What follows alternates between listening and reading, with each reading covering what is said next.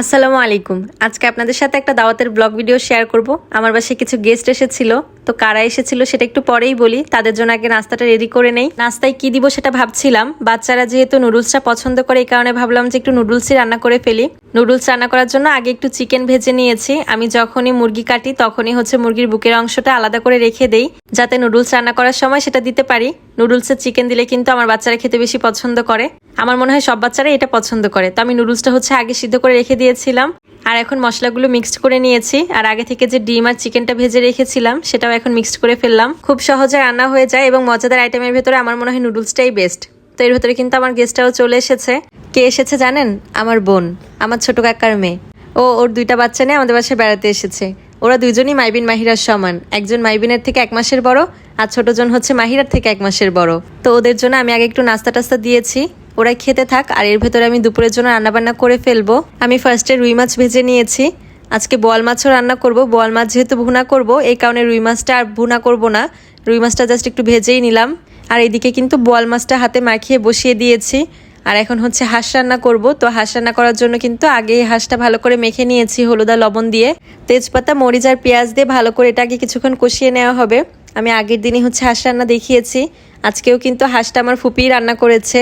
আগের দিনে ফুপি রান্নাটা কিন্তু অনেক বেশি মজা হয়েছিল, এই কারণে আজকেও ফুপিকে বললাম রান্না করতে। আমি রান্না করলে হয়তো মশলাটা আগে কষিয়ে নিতাম, তো ফুপি রান্না তো আলাদা, আগের দিনে আমি বলেছি।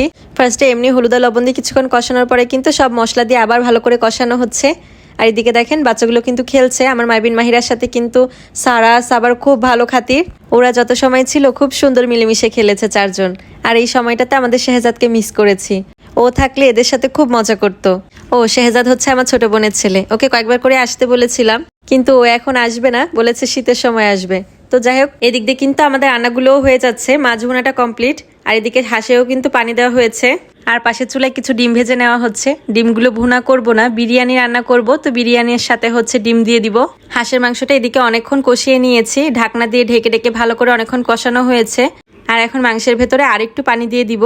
আর এই পানিতে কিন্তু হাঁসটা পুরোপুরি ভালো করে সিদ্ধ হয়ে যাবে। ঝোলের পানিটা শুকিয়ে ফেলে কিন্তু হাঁস রান্না করা শেষ। আর এদিকে আমি আবার বিরিয়ানির জন্য মাংস বসিয়েছি। পোলাওটা আমি রাইস কুকারে বসিয়েছি। আমি সবসময় পোলাও রাইস কুকারে রান্না করি, আর মাংসটা আলাদা করে রান্না করে দুটো একসাথে মিক্সড করে ফেলি। আর এটাই আমার কাছে সব থেকে সহজ মনে হয়। আগে অবশ্য অন্যভাবে রান্না করতাম। আমার একটা আপুর কাছ থেকে এইভাবে রান্না করা শিখেছি। তবে আমার বাসায় সবাই এইভাবেই রান্না করাটা বেশি পছন্দ করে। তো যাই হোক, আজকে গেস্টদের জন্য মোটামুটি রান্নাবান্না শেষ। বিরিয়ানি রান্না করেছি, আর সাথে কিন্তু সাদা ভাতও ছিল। হাঁসের মাংস মাছ ভুনা করেছি যাতে সাদা ভাত দিয়ে খেতে পারে, আর যার ইচ্ছা বিরিয়ানি খাবে। মাংস আর পোলাওটা ভালো করে মিক্সড করা শেষ। আর এখন পেঁয়াজ বেরেস্তা দিয়ে দিব। পেঁয়াজ বেরেস্তার সাথে একটু চিনি মিক্সড করে রেখেছিলাম। এখন ভালো করে দুটো মিক্সড করে ফেললে কিন্তু হয়ে যাবে। এত কিছু রান্না করেছে, আমার গেস্টটা কিন্তু শুধু বিরিয়ানিটাই খেয়েছে, অন্য কিছু আর খায়নি। সব খাবারই মোটামুটি আমার যেরকম রান্না করেছিলাম সেরকমই ধরা ছিল। বিরিয়ানিটাই সবাই পছন্দ করে খেয়েছে।